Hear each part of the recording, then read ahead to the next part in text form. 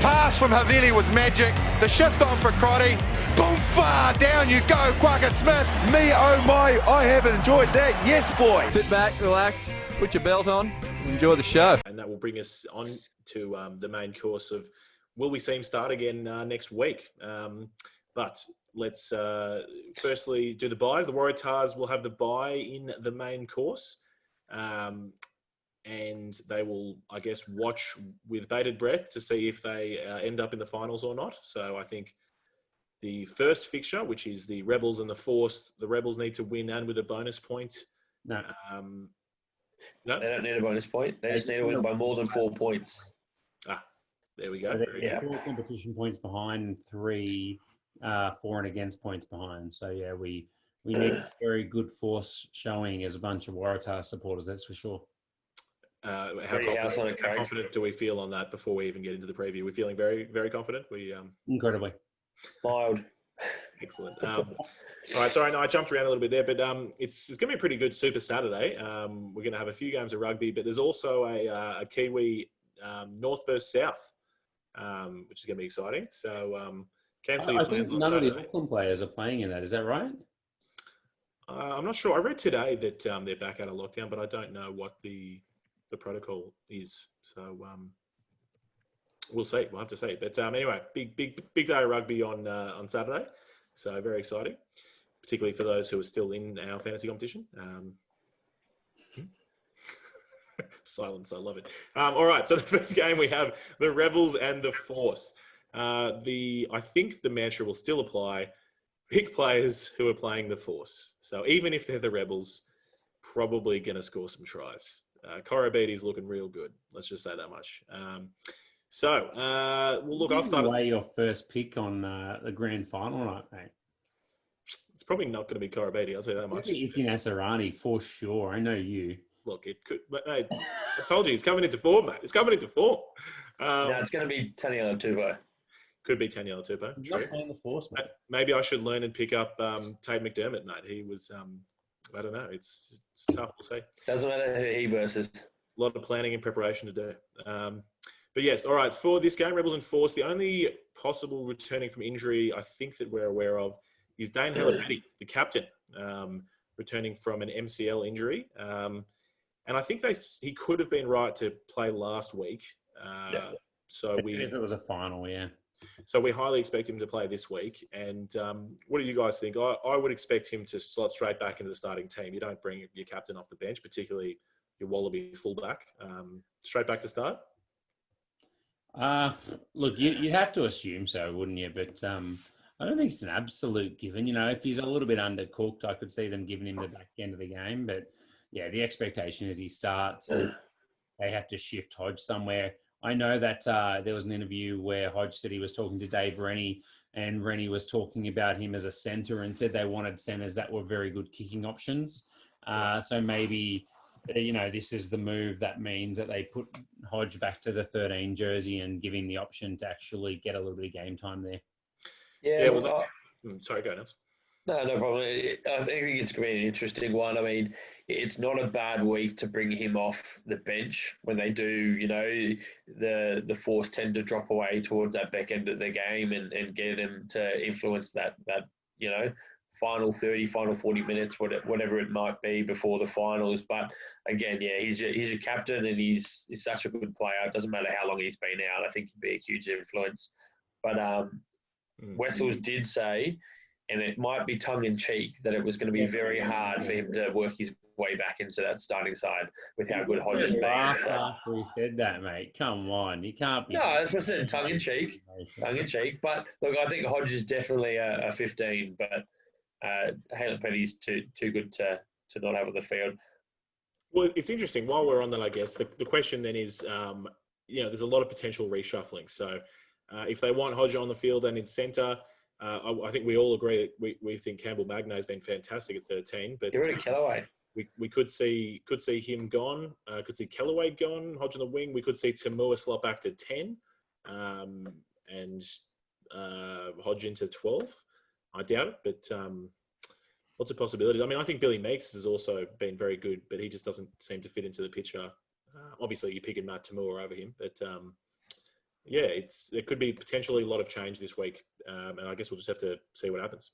I think going into the finals, they're not going to want to make too many changes. I think what we see this week is probably going to be as close as possible to what we'd see the following week if they are in the finals. Fair point.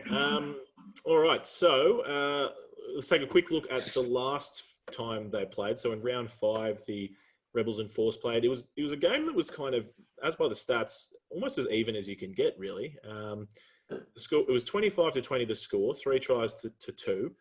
Literally 50-50 possession and territory, 99 carries each, 119 to 120 passes. So it's like they were just mirroring each other. The meters are pretty close on around 300 each, and a yellow card each. So, and they turned over the ball about 15 to 16 times. So very close in all regards. And I think if we look back on this one, it was kind of the Force's game to lose, really. There was obviously the very easy to remember point of John O'Lance missing a penalty goal, an easy penalty goal to win the game. And then just to remind everyone, the game was won in super time with Nazarani scoring a try in the 82nd minute. So, yeah, super even game. Just the only difference really being the Rebels a couple more tackle busts and the Force had double the line breaks, had 8 to the Rebels 4. So really interesting how it played out last time. I don't think I have confidence to say that's how it's going to play out again. Even though they did do a much better job against the Brumbies last week, the Force, and I think the scoreline of that game, which it ended up at 31-14, probably isn't very indicative of how well they played in the first 60 minutes, the Force. I think we've said it every week, they're getting tired. They've been away from home for a long time, and the last 20 minutes of each game has been getting worse and worse. So I think the Rebels are really going to just keep their feet on the pedal the entire game. That's all they've got to do. That's what they know they've got to do. So, having said that, they can't really use the excuse of being away from home this week because the Rebels have been as well. Yeah, exactly. Very true. That's right. This is a home game probably in Leichhardt for the Rebels. So yeah, that's right. All right, just getting through a few quick points. I mean, look, yeah, as the Force really have to get out to a lead quickly if they're any chance in this one. In terms of personnel for the Rebels, we say it every week. Surely Pony back in to start. Ainsley doesn't really excite me. Aura and Ulysses have been fantastic, but Pony just the aura that he brings. Can I make a point on Ainsley? He got pulled up and warned actually about binding on the arm, and then he just continued to do it throughout the rest of the match. He got a warning, and the penalty never came as far as I know for the arm bind, and it caused the scrum to go down on numerous occasions because he was pulling that side of the scrum down, and I thought it was good from Parrott. Is it? Yeah, Parrott, the female ref. Yeah, from the sideline, she actually picked it out, but then nothing came of it, and he just did it literally at the next scrum again. Look, I don't think he started. Jermaine Ainsley was under an injury cloud going into this game, and he still started. And he's also going to the Highlanders next year. So surely they should be doing everything they can to build Pony up, but it doesn't seem to be happening. So they must see an issue in Pony's game to be able to keep starting week after week. I think Ainsley starts. True, and they just signed him for another 2 years, Pony. So they're like, oh, we don't have to start you now if we don't want to. We've got you. Right. But yeah.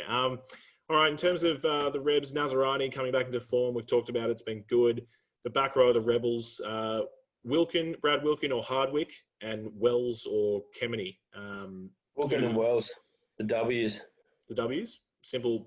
I have to say I agree. Simple choice for me. But Harry, what do you think? I think Wilkin's been really good. Hardwick, it's hard for him to find. It's always been hard for him to find game time. But I think Brad Wilkin's been great. Brad Wilkin will start for sure. The 6 I'm not as confident with. I think it could go either way. I know they really liked Kemeny. Personally, I'm with Nels. I'd pick Wells as well. Excellent. And speaking of back rowers, the Force, look, I mean, it's very simple for them. They need to start Stowers, Ferris, and Stander if they can. Obviously, Ferris had the ankle injury towards the end of the game, so don't know the severity of that. We might not see him, but Stowers and Stander, the majority of their go forward. And Stander came off the bench. He was great. He only came off for the last 15 minutes or so, I think. But they just need both. And they took Stowers off as well. I was like, just leave Stowers on. I don't know what they were doing. But I think the big thing was, well, the only way I can rationalise it is it's all about their line out. They knew it was such a massive weakness for them. And since moving Fergus Lee Warner to 6, it's really solved that problem. So, I mean, in terms of the balance of the quality of their loose forwards, yeah, I completely agree with you. If they're putting their best players in the park, those 3 have to all start. And if not, Kane Gateka will probably start at 7 purely just because he's an actual open side. But I just don't see them going away from what's been working so well with their line out, especially with the Rebels having Matty Tamua, who is known to be probably the best tactical kicker in the Australian Conference as well. I don't see it happening. That's true. For mine, it's just Ollie Atkins is junk. And in terms of the sum of all the parts, they lose out way more by having Ollie Atkins there operating in the line-out than having their 3 best back rowers on. I would move Fergus Lee Warner back into lock, but Can I just point out one thing that to bring a lot of our points together though? We talk about them, not being able to last out the full match, the full 80 minutes. Maybe the perfect thing is bringing Stander on for that last 20 rather than have, all your best players on early and all your punch early and then have nothing left at the back end of the game. Like realistically, it makes them have a way more solid line out and then they can bring on a lot more punch by bringing someone like Stander on in the back end. To be honest, that's how I wanted to end this games conversation anyway. I think they need to do that for a lot of their positions. I think Kahui should be playing the last 30 minutes. I think that Thrush even arguably needs to be looked at playing 40 or 50 minutes at the back end. They need to try and use their young guys when the game's a little bit tighter at the start to try and get them through and then get all their old heads to try and finish the game off. Cargie said they need they need a big lead, let's say a 15 to 20 point lead in the first 60. I reckon that it's not actually very doable for them. I think they need to make sure they have all their experienced heads on fresh at the end of the game. Yeah, I agree. I think there's definitely some changes there where they're going to bring a lot of these guys on with the experience and the grunt on a little bit later. You can't be getting 80 minutes out of these guys and expect something to change. It's been week after week. So I think, you saw it with South Africa where they bring on a lot of punch with their hit squad, bomb squad. The Force need to do something like that. There is some experience and some control early on in the game, and you take a few of those guys out, and sure, it's huge, but you bring them on in the back end of the game where they've been lacking. I think that's really important. Yeah, no, I think those are valid points. I think the Force just don't have the cattle beyond, they can barely field 15 quality men. So it's difficult to do that. But I think the only way back on their first game or two of the season when they came out absolutely all guns firing, the first game of the season they came out and scored 2 or 3 tries against the Tars, I think. We were amazed by that. I think that's their only hope is if they come out absolutely firing and manage to put enough of a lead and just, absolutely smash the morale of the Rebels for anything to come off. But we will see. Very good. Any last ones on this? I think for all of us, I'll just say we're all back picking the Rebels to win. It's just how much. Look, I think just one more thing rounding out what we were talking about, the dynamic that they need to change. Jack McGregor, he needs to start again at fullback. He's been really, really good. And maybe that difference is, Lance is playing a bit one-dimensional. Maybe he needs to leave the field and Jack McGregor needs to shift in and lift that energy a little bit at the fly half jersey at that back end of that game. Rebels by 2 points. Tars into the finals. Rebels by 3 points and then a 2-man sack race to see who wins and goes in the finals out of the Tars and the Rebels. On that, I think Morgan Tuanui reckons it goes to the most tries and the Tars have 5 more tries to the Rebels. Yeah, so for sure. if the Rebels score 5 tries and only win by 3, I'd be amazed. So let's assume that's still Tars 3. I love both of your optimism and wishful thinking, and I'm terrified of the idea of the 2-man sack race because that would probably include the captains, Rob Simmons versus Dane Halapeti, and anything like that I don't see us winning. So I'm going to pick the Rebels I'm going to say they're going to win by 20, 25. 20? So 25. Wow, Big. mate. 25. I can see your tactics already. It's pick Rebels and Reds this week, isn't it? Could be. That's Could going to be pick Rebels. That's it. Excellent. All right. Well, let's jump on to the second game, the Reds and the Brumbies. Now, I'm pretty excited for this game. I think we all are. It's going to be a ripper. Does this game actually determine who gets the home final, or is that's already locked up the Brumbies now? I think No, that's the Brumbies. Yeah, the Brumbies are 7 points clear, so nothing's going to change there. But look, this was such a brilliant game last time. Surely they're going to be, people, anyone that likes Aussie rugby should be watching this game because it's going to be, just an awesome game to watch. In terms of that returns column, we've got Hamish Stewart after his hip pointer, Hunter Paisami, hopefully from his MCL, Alex Murphy from his concussion. Do we know anything about that, Harry? it should be a concussion, but there was a comment, like a throwaway comment saying that it was a long-term injury. So unless something's happened behind closed doors and they haven't announced it. So, yeah, I'm not sure, but, he left the field with a concussion last time he played. I'm not sure what's going on there. Yeah, and another one that I'd be super excited to see is Chris Feauai-Sautia after his calf injury. Yeah, we have no idea, though. Yeah, we don't know. And Craigs would love to see Tavita Kurandrani. But as far as we know, he hasn't been injured, I don't think, has he, Harry? No, not injured. They just dropped him on. Well, I don't know about form, but they definitely wanted to give Carter a try. Yeah. Get him Which Craigs hates the sound of. Look, the last time these guys played each other, the Brumbies were just too clinical, winning this one 22-20, 3 tries to 2. It was one of the best games I think we've seen in terms of Aussie rugby. It was just a really, really good contest. The Brumbies had almost 60% of the possession and territory. They had 509 to 356 metres, but they had far less carries. They had less tackle busts. The Reds had 27 to their 16, but they had more line breaks, 7 to 10. So, I mean, they had more ball, but both teams were pretty potent with it. The Reds could make it work. They seem to be bumping guys at will. They just have a lot of power through the centres. Was Chris Feauai-Sautia playing this last matchup? I think so. It was in round 5, so I would say so. Yeah, and having a quick look to confirm, yeah, he was on the wing with Daugunu as well. So hopefully we see him back. Do we think we're going to see a centre pairing where we see Hunter Paisami come back in and pair up with Hamish Stewart, or do we think we're going to see Patea shift back into centres and maybe pair up with Paisami? Or it's going to be a tricky one to see how that plans out. What do you think is going to happen, guys? Oh, well, look, my ideal backline is obviously we have Tate, Jock, Daugunu, Paisami and Patea in the centres, CFS on the wing and Jock Campbell out back. How good would that be? That's firepower for you right there. I would love to see it, but I think what you'll probably see is Patea will stay on the wing. No idea why, but he will.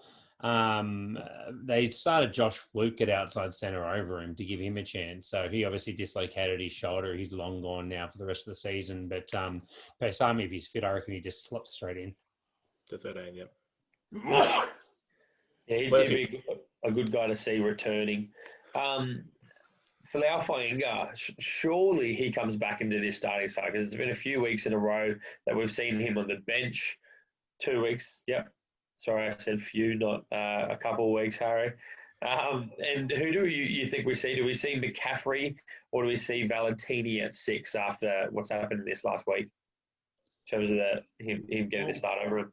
They made their big changes 2 weeks ago after a pretty dour performance, but I think my expectation is you're going to see them start to revert back to the norm for themselves. So McInerney got his chances at starting at the in the number 2 jersey, and obviously he was also put forward as a name of interest in the potential Wallaby squad as a pony player. So he had his opportunity, and I don't really think he took it with either hand, really, to be honest. So I think Folau Fainga will definitely start, and Valentini as well. I think he's been pretty good off the bench. So it wouldn't surprise me if Valentini started over McCaffrey. Yep. For sure. I think with Falafel, all you need to know is that Harry and I, in our semi-finals draft last week, we waited till the very end to pick Falafel over Connell McInerney anyway, because he's junk, McInerney. Let's be honest. Yeah. Yeah. Looking at the back row for the Reds, the man who everyone knows I love, Mick Wright, he's just been playing so well. Surely you have to keep him on as the number 7, moving right, keeping right at your blind side flanker. The Reds forward pack just picks itself basically. The only thing is Hoopert should be around. Craigs, I think you think Hoopert's going to be starting. Is that what you're hoping for? Well, I think he's clearly the best loose head prop in the Red squad, and amazingly, almost one of the more experienced ones now. Look, I know JP Smith's still around, hasn't seemed to feature. Yeah, he's been injured. Yeah. So after that, it's Hoopert as a youngster. I think he's still only 21 or 22. I don't know, but he's the next senior loose head prop, and certainly I think he's the best loose head in the Red squad. And I would be highly surprised if he's in straight back in starting. Well, he's had 2 games off the bench now as well. Jack Stracker has been pretty good, but I think they said he was their 5th choice. So I can't see how he would continue to start over someone like Harry Hoopert, who has a pretty well-known future in front of him as well. I think he's a very talented player.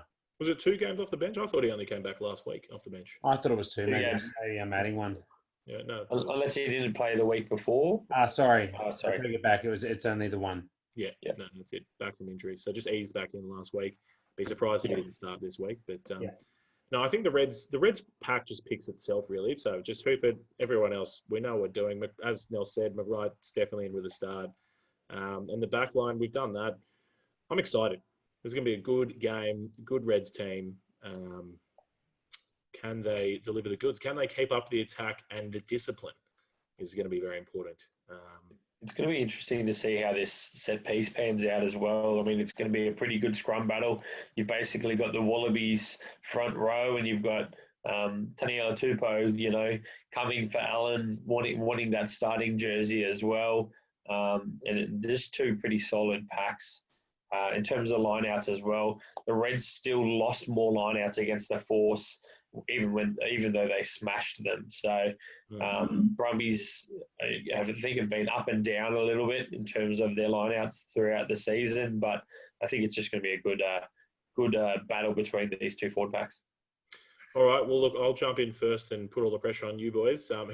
Give me tips. Who's winning and how much by? Nels, we'll go you first. I'm going to say the Reds will win this one. And the Reds will win this one by 3 points. Harry?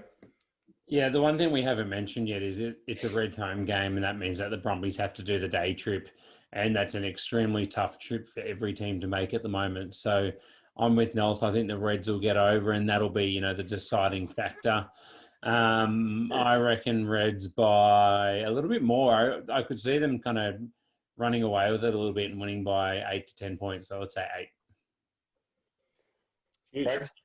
Well, look, I will say Reds by 11 points. That's what I'm just going to say. Wowza. So, You're a copycat. I just think, I think the home game factor is quite big for the Reds, but also I think just the momentum that they have from their last game, a week off, some solid training under their belt, they're going to come out absolutely all guns blazing. It's going to be awesome. So I agree. I think that the only few little negatives, Josh Fluke being in there and Pace Army not being there for a little while, a couple of little changes, but boy, they've looked good recently, no matter who's filling those roles. That's it. And I can't wait for the scrum battle. It's going to be awesome. So lots of scrums. Want to see them.